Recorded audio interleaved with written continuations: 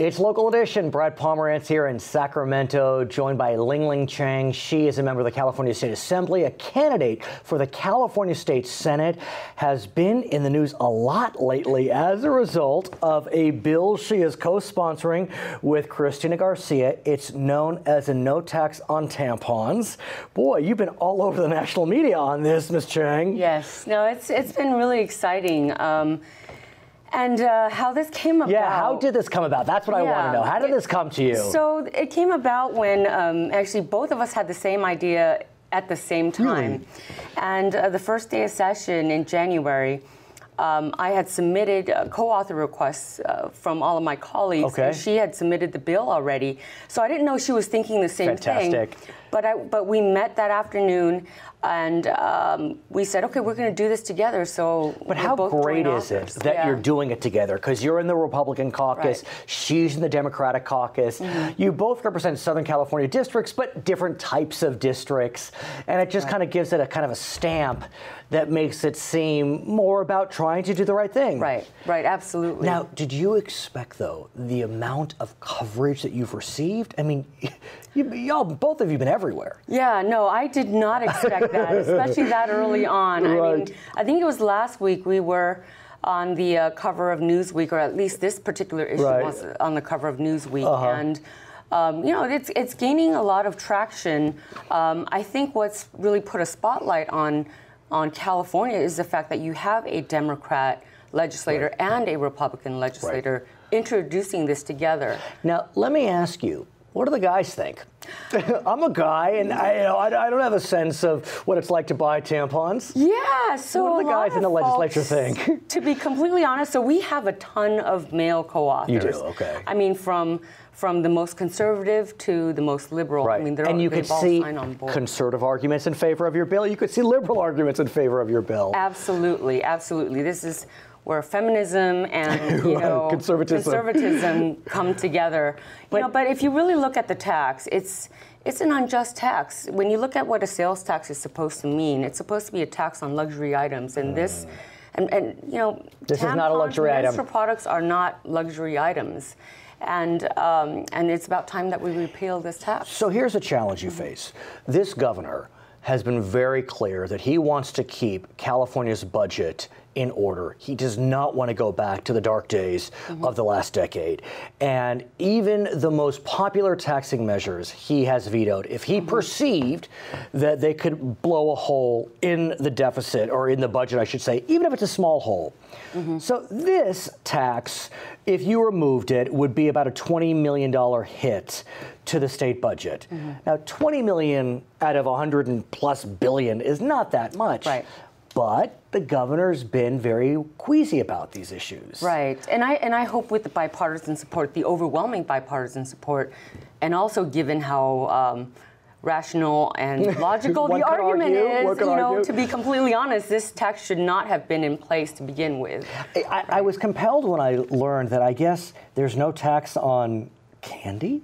There's no tax on candy. There's no tax on Rogaine. Rogaine, no tax on, which is for women now as well. Right, for other interesting products, you know. Well, what about eliminating the tax for condoms or for diapers? Yeah. Shaving products, men and women? I would love to do a comprehensive sales tax reform to kind of revisit all of these items as to whether or not they're so-called luxury items. Right. But this is the first step. Look, this affects 50% of the population. So I think it's 50.8 maybe. Right. Maybe, I think there are a few more women. Thank you. Exactly. A few more women than men. A little bit more women than men. Now, how's it going? I'm not clear. Have you gotten out of committees yet? I believe it was just voted out of suspense from Rev and Tax, and it'll be going to appropriations next. You're gaining traction? Any no votes? I'd be afraid to vote no. No, not at all. My wife would kill me if I voted no on this. And again, there's a long list of co-authors from both sides of the aisle, both men and women. And, you know, frankly, I keep telling the men, because some people would comment on my social media, well, does so-and-so buy tampons? And I would say, well, you know what? This is, you're removing a tax essentially from families. I mean, husbands have to go out and buy these products, right? I have bought these products for my wife before. That's wonderful. I have. What a great husband. Well, I appreciate you saying that. I want to shift gears a bit, if I may. Not the most easy transition, but let's do it anyways, and move to another bill that you have pending. And it deals with STEM, not STEAM, STEM. I remember a few years ago, there was a bill that made it out, and it provided a seal on high school diplomas if you could determine through certain standards that you were bilingual. Right.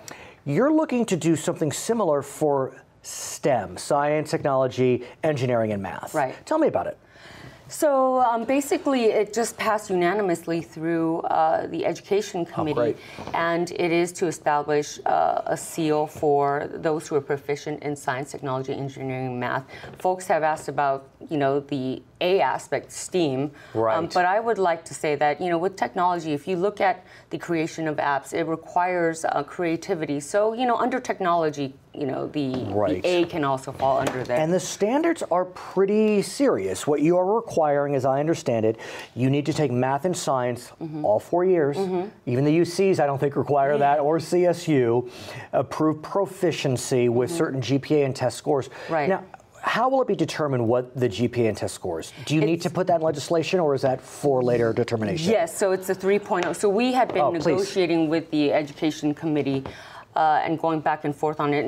And again, it speaks to bipartisan. You have Assemblywoman Ed Chow, who's a Democrat on this bill. Assemblywoman Baker, a Republican. You're a Republican, so it looks like you're trying to get bipartisan support, and it was really. I mean, I worked with Chair O'Donnell, on this bill. Democrat? Yeah, Democrat, to make sure that I can get this passed out of committee, and we work through the criteria, and this is what. So what is it? You said 3.0. 3.0 for STEM courses. Okay, not bad. So 4 years, and also achieve high marks in SAT and AP. Do we know the number yet, or that? No, we're still So how's it going? How's this bill going? Because it does seem like the bilateral or the bilingual seal, it could really be of benefit as you go out into the job market. Right, absolutely, and that's what we're hoping, and that's what some of the comments in committee had focused on, which is, hey, if this is an incentive for kids to focus on science, technology, engineering, math,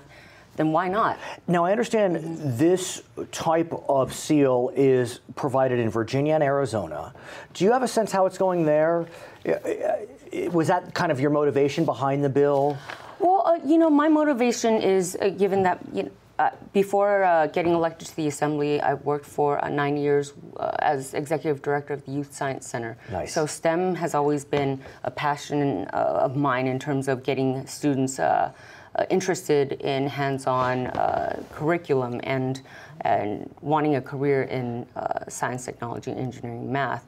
And I was actually chosen to represent California as a STEM X Fellow and represent California in that way. And so I think this would be great. I want to ask you, if I may, I know it's not part of this bill, but given your background, I'm sure you can address this question. It's hard to deny that our daughters are not pursuing STEM.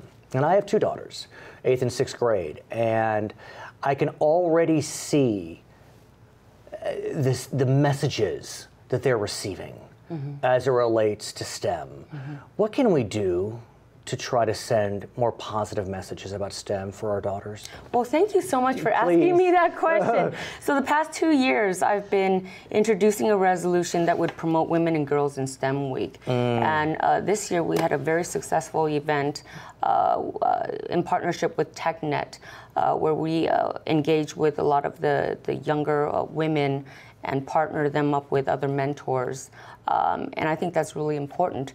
I'll tell you my own personal story. I was very obsessed with computers when I was in high school, and my mom didn't understand why, young girl, and this is in the 90s, right? So this is before the World Wide Web. And my mom, she freaked out a little bit and said, you shouldn't be so obsessed with computers. But you got on the right path? But I got on the right path. But at the time, she was still a little hesitant, and she found a way to remove the keyboard from the computer because it was just very strange. But now she said, you know what? It was a huge mistake. we need to promote women and girls. I'm glad to hear that she saw that and that you are working to make sure that our daughters are pursuing these careers. Her name is Ling-Ling Chang. She is a member of the California State Assembly. She is also a candidate for the California State Senate. I'm Brad Pomerance, Local Edition.